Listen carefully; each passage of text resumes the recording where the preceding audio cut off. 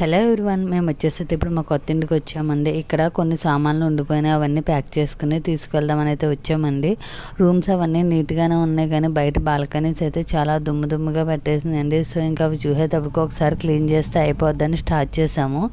బయట balconies clean చేసేటప్పటికి ఆ దుమ్ము మొత్తం కూడా గాలికి అది లోపలికి కూడా వచ్చేసింది డోర్స్ ఓపెన్ చేయడంతో. సో రూమ్స్ అవన్నీ కూడా క్లీన్ చేసాము. మా హస్బెండ్ వచ్చేసి ఇక్కడ పెయింట్ మార్క్స్ ఉండిపోతే అవన్నీ టిండర్ ఉంటుంది కదా, దాంతో అయితే క్లీన్ చేస్తున్నారు.